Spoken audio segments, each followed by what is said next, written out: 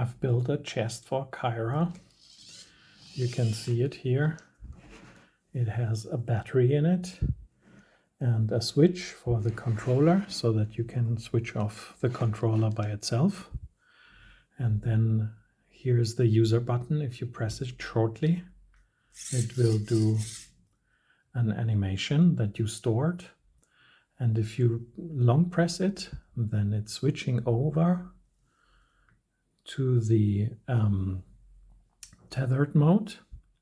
Now you can reset it and it will show you that it's in tethered mode. You see here it's not connected yet. I'm connecting it